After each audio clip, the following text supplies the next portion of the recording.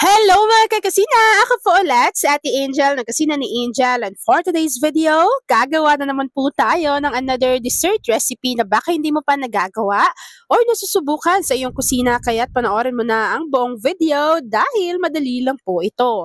So una dyan sa aking kasirola, naglagay na po tayo ng isang sachet or 24 grams ng unflavored jelly powder. After po nun, naglagay lang din po ako dito ng 2 tablespoon ng unsweetened cocoa powder.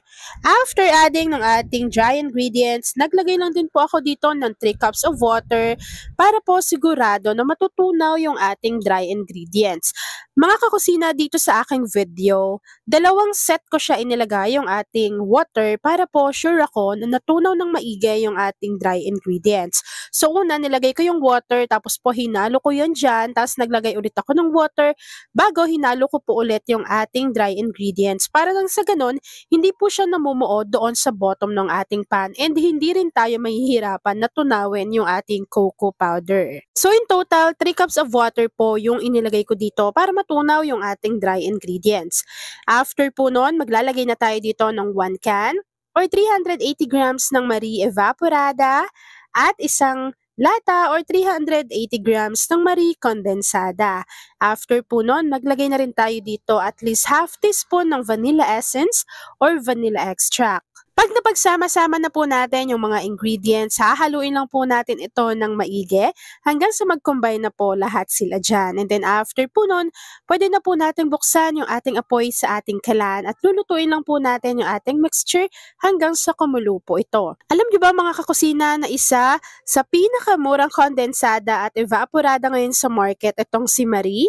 Kaya kung magnenegosyo ka or gagawa ka na lang din ng mga dessert recipe na merong evaporated milk at condensed milk, subukan nyo na itong si Marie dahil krema sulit at krema sarap. Habang hinahalo natin to dito at hinihintay natin na kumulo yan, please don't forget to like and follow yung ating Facebook page, Kusina ni Angel. Kung mayroon ka ring Instagram, pakifollow na rin ako doon, Kusina ni Angel.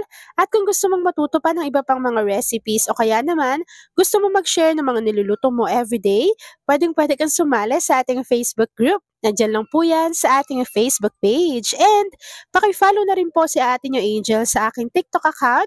I-search nyo lang yung Ate Mo Angel.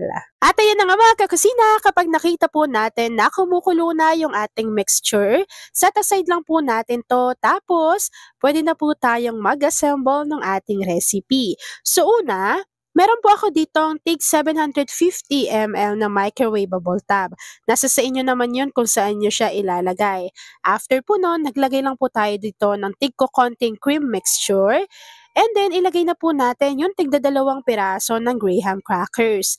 After po nun, maglagay ulit tayo ng mixture, graham crackers, mixture, graham crackers, mixture, and then, hihintayin lang po natin tong lumamig, mag-set at mag-firm. So ako po, nire-rest ko muna to bago ko siya ilalagay sa aking chiller para mas mapabilis yung pag-set or mag-firm yung ating dessert. And then after po nun, ipapakita ko na sa inyo kung ano yung natapos nating easy dessert recipe.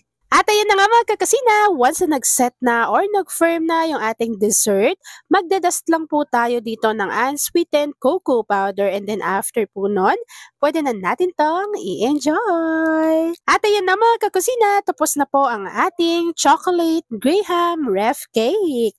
Kung nagustuhan mo yung ating video, please like and share this video, at kung hindi ka pa nakakapag-subscribe sa aking YouTube channel na Kusina ni Angel, please click subscribe button, click mo na yung notification bell, click all para lagi kang updated sa bawat ina-upload kong mga videos. And by the way mga kakusina, pwede bang mag-comment ka sa ating comment box section kung taga saan ka nanonood, at mag-say hello ka na rin dyan kung isa ka din sa dessert lover. Yan lang mga kakusina. Thanks for watching and enjoy this video!